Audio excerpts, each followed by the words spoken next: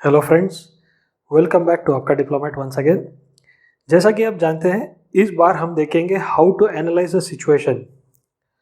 दोस्तों, सिचुएशन मतलब क्या?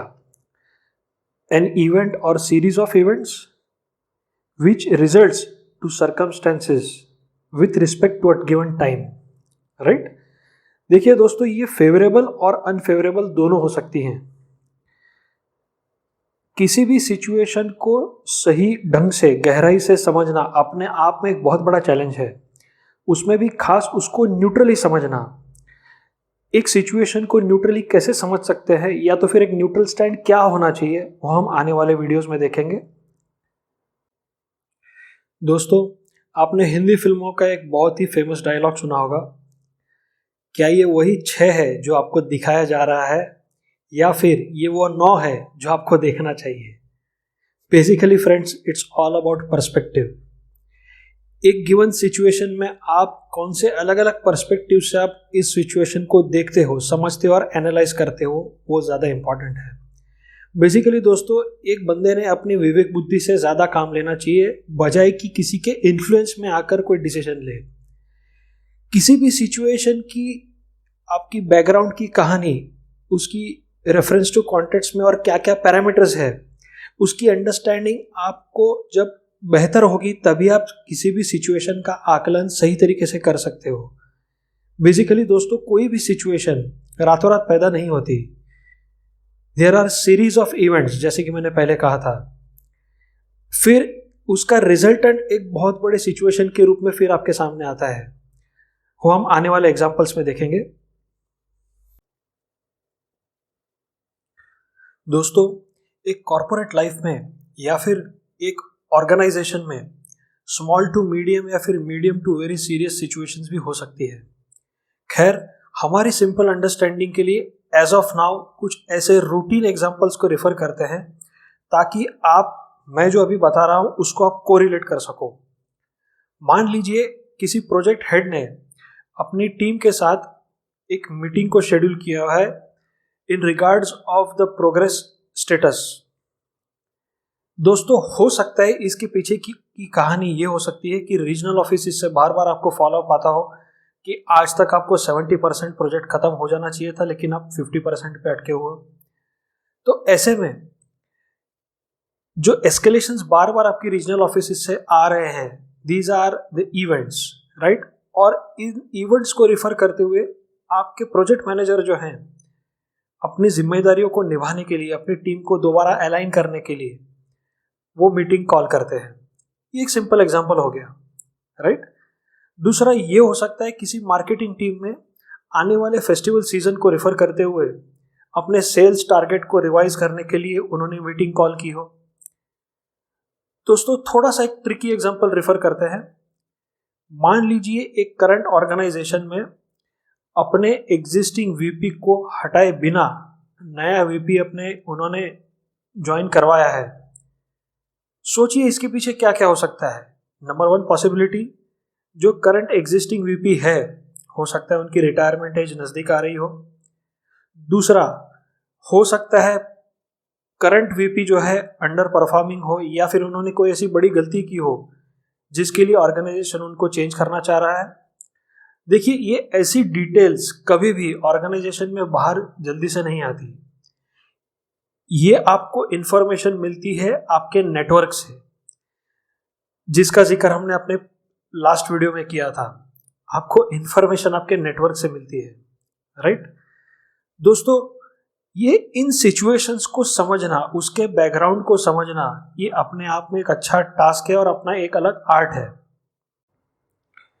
दोस्तों, मान लीजिए आपका नेटवर्क बहुत स्ट्रांग है और आपको टाइमली इंफॉर्मेशन भी मिल रही है, लेकिन मिली हुई इंफॉर्मेशन का सही डिकोडिंग करना और उसको सही तरीके से समझने का काम आपका है। देखिए दोस्तों, ये केस टू केस वेरी करता है, इसमें कोई फॉर्मूला नहीं होता। दोस्तों, ये बिल्कुल फोटोग्राफी के जैसा है। किसी एक सब्जेक्ट का अच्छा फोटोग्राफ कौन से एंगल से आएगा, ये एक फोटोग्राफर ही सोच सकता है।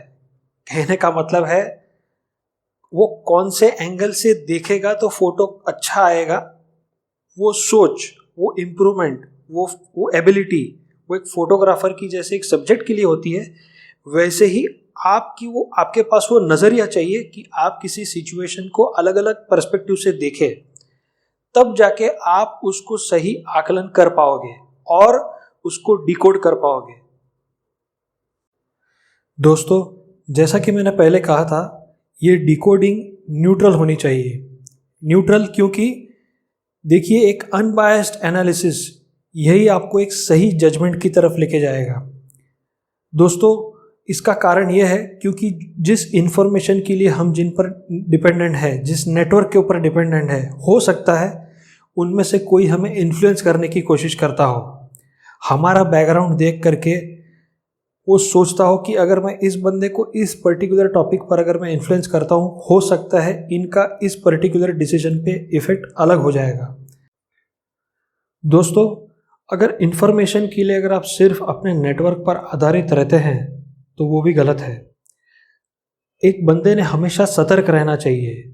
हमें वो काबिलियत होनी चाहिए कि हम एक सिचुएशन से जुड़े हुए जो स्टेक होल्डर्स हैं, हम उनकी पहचान कर सके। वो लोग जिनकी वजह से या तो ये सिचुएशन क्रिएट हुई है, या तो फिर वो लोग जिनका इस सिचुएशन के ऊपर इफेक्ट आएगा। ये एनालिसिस और ये अंडरस्टैंडिंग हमारे पास होनी चाहिए, और ये हम तभी डेवलप कर सकते हैं जब हम अपनी जगह पर अपने ऑर्गेनाइजेशन में सारी एक्टिविटीज़ को बहुत ही बारीकी से ऑब्जर्व करें। राइट? सारे गवर्निंग फैक्टर्स, चाहे वो इंटरनल हो या एक्सटर्नल हो, उसकी जानकारी हमारे पास हो। दोस्तों, हो सकता है एक बंदे के डेजिग्नेशन के हिसाब से उसके पास सारी इंफॉर्मेशन फॉर्मली ना भी आए, लेकिन अपने सोर्सेज से तो मालूम कर ही सकता है। बेसिकली दोस्तों, it's all about reading between the lines. ये अपने आप में एक अलग टॉपिक है, इसको हम अलग वीडियो में सेपरेटली कैप्चर करेंगे। दोस्तों, इसके अलावा किसी भी सिचुएशन को जल्दबाजी में रिएक्शन देना, यह भी अपने आप में बहुत गलत बात है, चाहे वो अच्छी सिचुएशन हो या बुरी हो।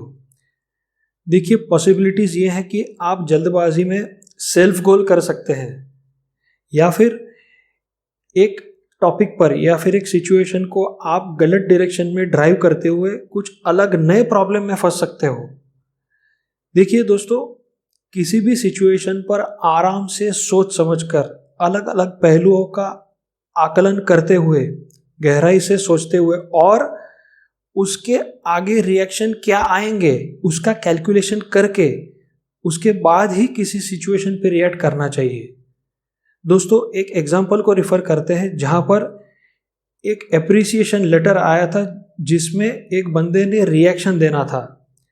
उसको समझते हैं। एक अच्छी सिचुएशन का एग्जांपल देखते हैं दोस्तों।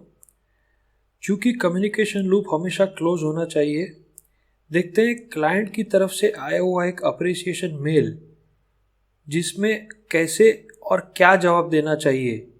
एक एग्जांपल है दोस्तों, लेफ्ट हैंड साइड में जो आपको स्क्रीन पर दिख रहा है वो मेरे फ्रेंड का बनाया हुआ ड्राफ्ट है, जिसमें कुछ मॉडिफिकेशंस के बाद जो हमने फाइनली ड्राफ्ट भेजा वो आपको राइट हैंड साइड में दिखता है। दोस्तों, दोनों ही ड्राफ्ट पढ़ना मेरे लिए सही नहीं होगा, टाइम कंज्यूमिंग होगा। बेटर अंडरस्टैंडिंग के लिए मैं इंसिस्ट करूंगा आप वीडियो को पॉज करें और दोनों ड्राफ्ट पढ़ लें। दोनों की कंपैरिजन आगे देखते हैं दोस्तों। जो पहला ड्राफ्ट था उसमें अगर आपको दिख रहा है ओवरऑल पुअर प्रेजेंटेशन बहुत ही खराब है। दूसरा, रिप्लाई ऐसा दिया है जैसे कि हमने सामने वाले पर मेहरबानी की हो।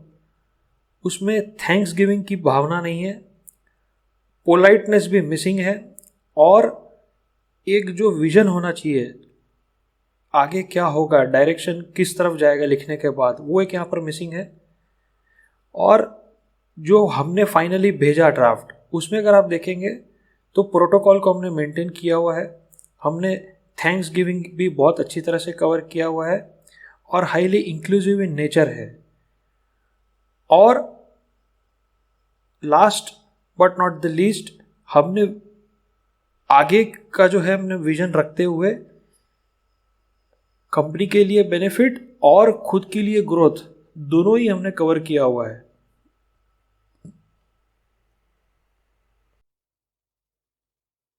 अगले हफ्ते फिर मिलेंगे दोस्तों एक नए टॉपिक के साथ, art of reading between the lines. Till then, आपका diplomat is always with you. Thank you very much for your precious time. Thank you. Bye.